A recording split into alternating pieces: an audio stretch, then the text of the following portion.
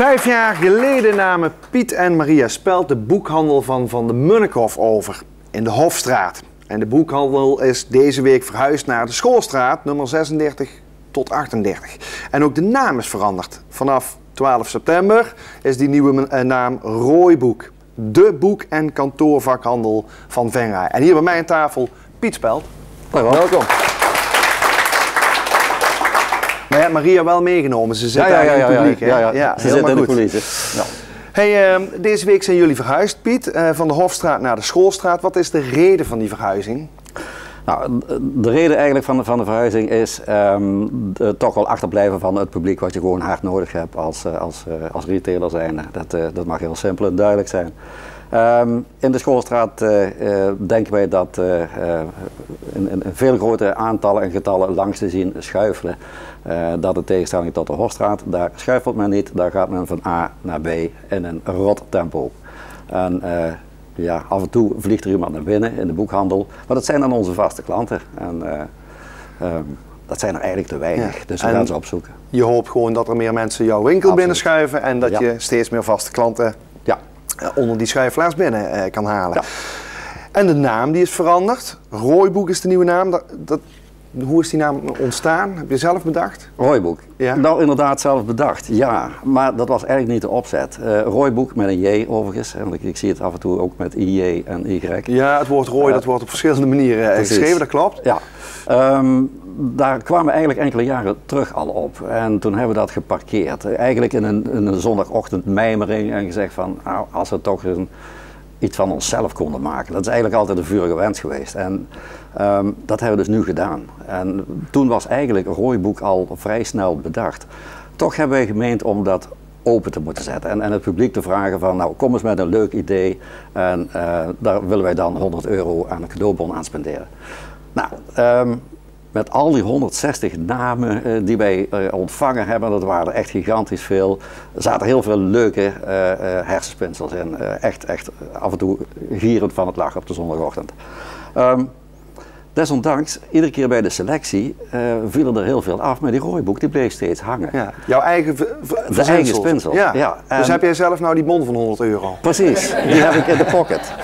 Nee, dat hebben we anders bedacht. We hebben gezegd van, nou, wij gaan die opsplitsen in 5 bonnen van 20 en die gaan wij daarna gewoon verloten. En, onder de mensen die hebben meegedaan. Hebben ingezonden. Ja. Dus dat gaan we binnenkort bekendmaken. Ja. Was je de naam van de Munnekoff misschien ook een beetje zat? Eigenlijk wel, eerlijk gezegd. Eigenlijk wel. We mogen dat in deze uitzending wel met een knipoog zeggen. Hè? Gaan we niet doen.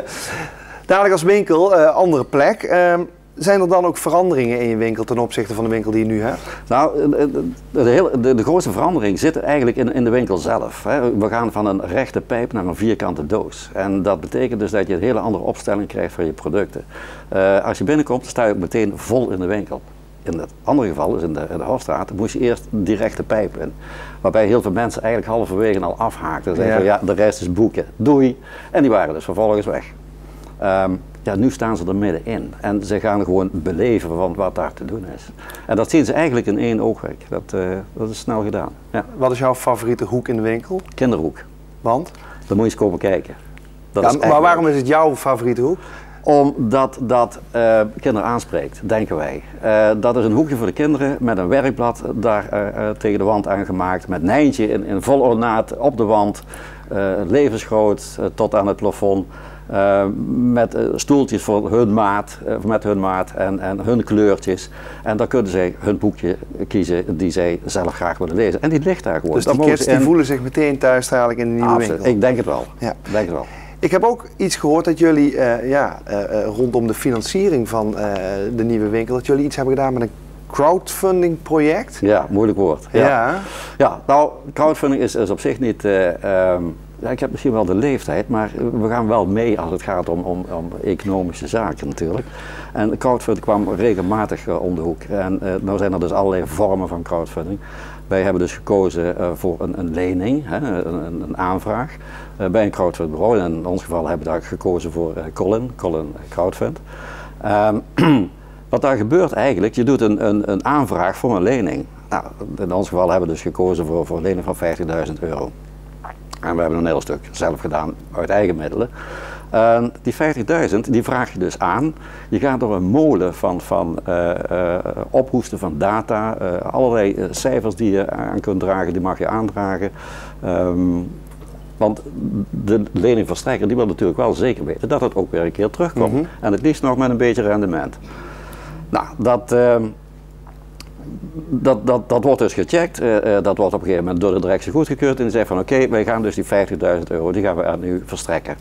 Dat doet niet dat kantoor zelf, maar dat doen dus al de inleggers. Ja, dat doet de crowd, hè? De crowd, ja, precies. Nou, een onderdeel daarvan is dat je met een inner-account, die je zelf regelt, dus met klanten, familie, vrienden, bekenden, dan mag je dus een bepaalde periode, en dat zou voor ons geval zou dat een week mogen zijn, mag je dus zelf binnen die groep je geld inzamelen, om het zo maar te zeggen. Nou, wat schetst onze verbazing? Toen dat open werd gesteld, waren we eigenlijk in nog geen 24 uur, zaten we op 62%. En toen zei de organisatie van, ho, stop, wij moeten natuurlijk wel landelijk gaan maken, dus we gaan dat nu stopzetten. Terwijl we net eigenlijk een dag bezig waren. Goeiedag. En toen heb ik gezegd van, nee, dat gaan we dus niet doen. Maar uiteindelijk werd dat wel zo gedaan. Want er zijn dus ook mensen uit heel Nederland die zien dan iets in jouw winkel, die stoppen daar geld in. En wat levert die mensen op? Nou, wat dat oplevert is, waar wij voor gekozen hebben, is dus een rendement van 8%. Nou, als je een bank die dat in zijn hoofd haalt op dit moment, dat zal ook in een crowdfund actie zeker niet gebeuren. Dat is 8%. En we hebben niet gekozen voor het traditionele 5 jaar terugbetalen, maar dat hebben we in 4 jaar gedaan. Dus binnen 4 jaar 8% rente en dan is dat geld terug. Je bent hier heel enthousiast over, absoluut. Dat merk ik. Ja. Je zei straks ook in het gesprek dat we hiervoor hadden, dat het ook heel erg interessant kan zijn voor jonge en startende ondernemers. Ja, zeker. Omdat heel vaak hoor je toch het verhaal dat de mensen stuk lopen bij een bankaanvraag. Er zijn andere mogelijkheden. En als er in Venray mensen zijn die daar iets meer van willen weten, ik wil er met plezier daarover praten. Want dus al die jonge ondernemers die misschien een twijfel of een vraag hebben, die kunnen bij jou. Kunnen bij die oude nog informatie halen. En nu gaan we even terug naar jouw boekwinkel, want natuurlijk kunnen die jonge ondernemers daar binnenlopen. Maar waarom moet heel Venray bij jou een keer binnenschuifelen, zoals je dat net mooi zei? Waarom? Omdat wij een stukje gezelligheid brengen. We brengen enthousiasme. We proberen de mensen zoveel als mogelijk te helpen bij het zoeken naar een goed boek, een goede titel. En of dat die nou in Amerika ligt of in Appelgendam, dat maakt niet uit. We zorgen dat dat boek morgen binnen is. Precies. Wat de klant wil, jij zorgt ervoor dat het komt. Ik hoop dat heel veel mensen bij jou en bij Maria binnenschuifelen. Heel veel succes. Fijn, dank je wel. Oké.